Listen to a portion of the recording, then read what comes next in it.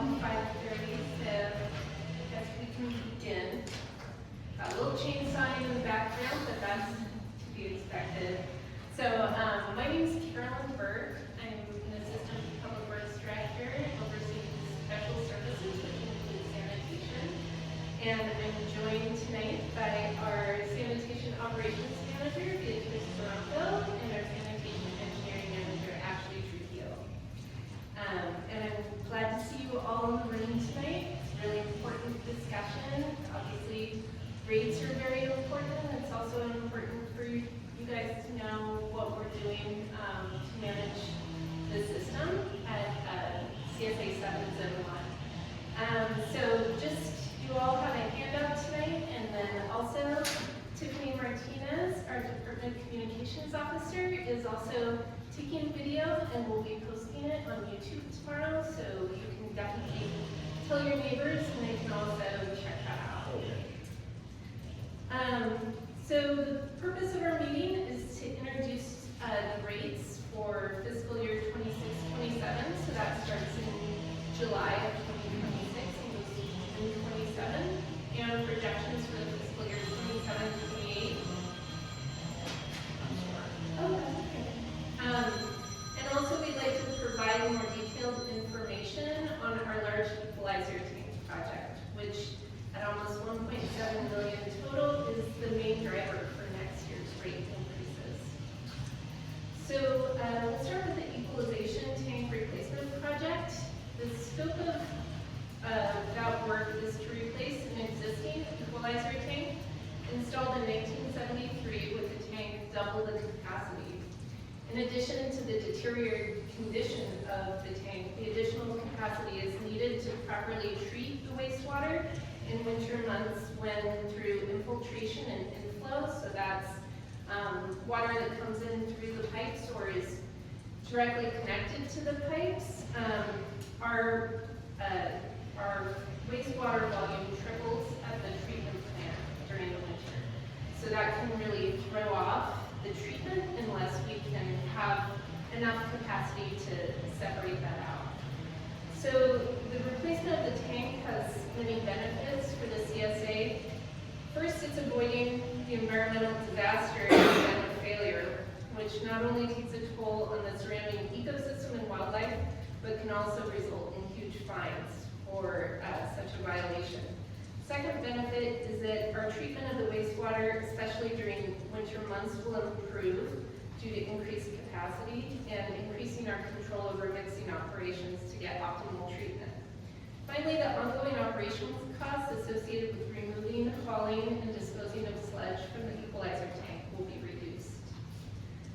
Our engineering and operations team have worked hard to deliver this project and find savings wherever possible, including an integrated watershed restoration program grant for $400,000, prudent savings in prior fiscal years, and they've also been keeping their eye out for low interest loans. We had pursued a USDA loan, but then we ended up going with a bond, which we benefited from the bonding power and capacity of the county in that respect.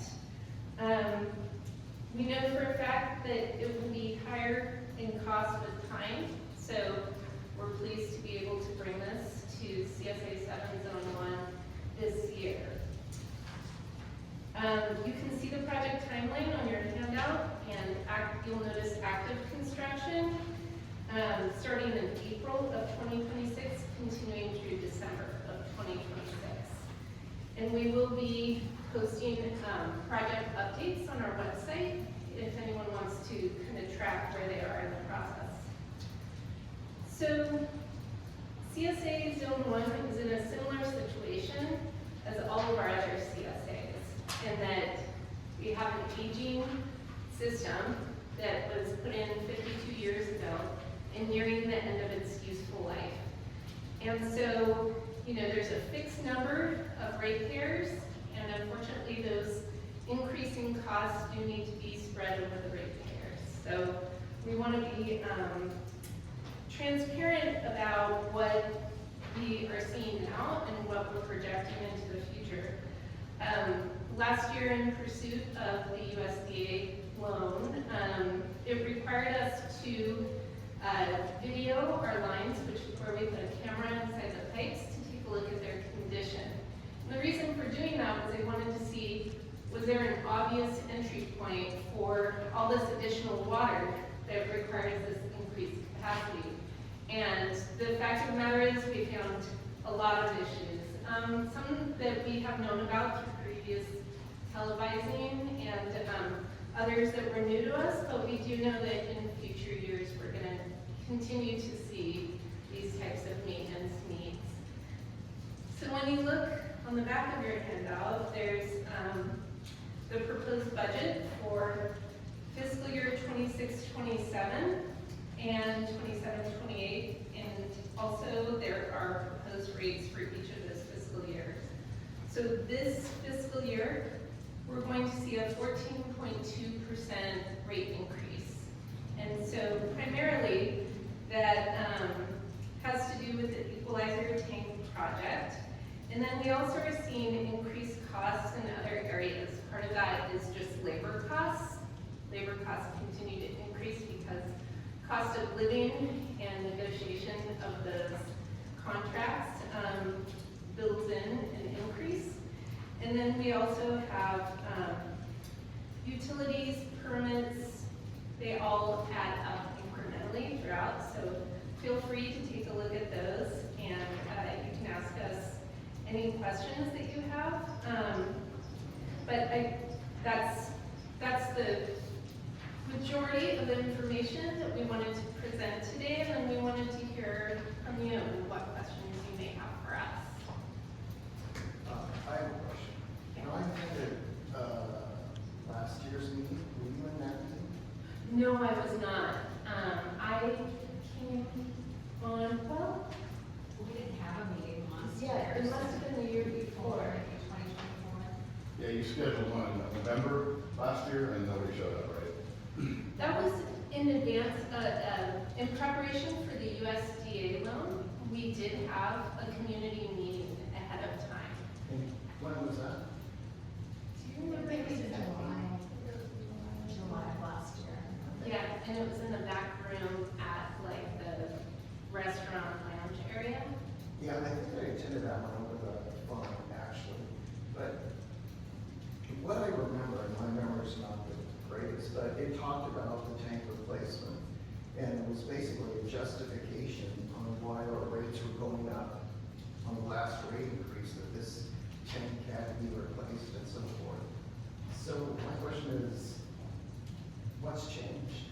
Why are our rates going up again when the tank hasn't been replaced? Yeah, so I think part of that is the fact that we have collected funds in prior fiscal years to be able to save up for this. So in total, we've been able to save $477,600 that goes toward the I used the shorthand EQ tank replacement. And then in addition, we need to build some reserves because we're basically using it all for the equalizer tank this year. And as we know from the CSA fire, having the ability to pay the insurance deductible was really important to be able to get the office and such rebuilt to the tune of over $1 million, I believe. Yeah, it was very expensive. It was very expensive. So yeah, we're just looking ahead to the future and including that, we won't have reserves this year, but in the next fiscal year, we will be able to have some reserves, and that will help us both treat the infiltration and inflow, and also we've got wet well repairs and things like that that need to get done. Okay, well, it seems strange to me that last year we were talking about a rate increase. Justification for the rate increase was this new tank. Now we're talking about the new tank again with an additional rate increase.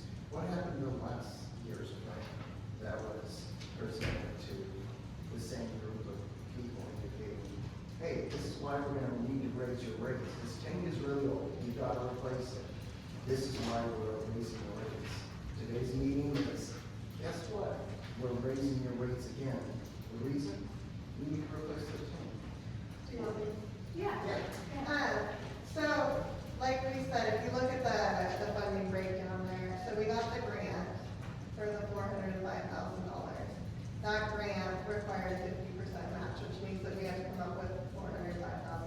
So we did the rate increase to generate the $405,000, and we showed here, it was a little bit more than that, we got $477,000. So we were hoping between, we got the required match, because we needed that.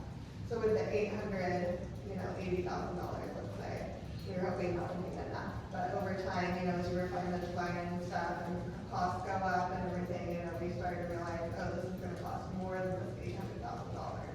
So, it's a steel tank, we all know costs have gone up for things like that. Labor costs have gone up.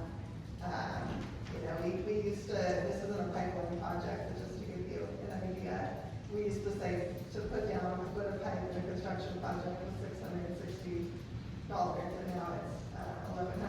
It just, everything's just escalated extremely a lot. And then the other costs that we're seeing that have gone up a lot is inspection costs, which are even harder out here, because inspectors need to, they normally split their time between jobs, but when you have something so remote, it's really hard for them to, split their days like that. And so it just, all these things, added up. So we took what we said last time was what we needed, thought what we needed to be the match.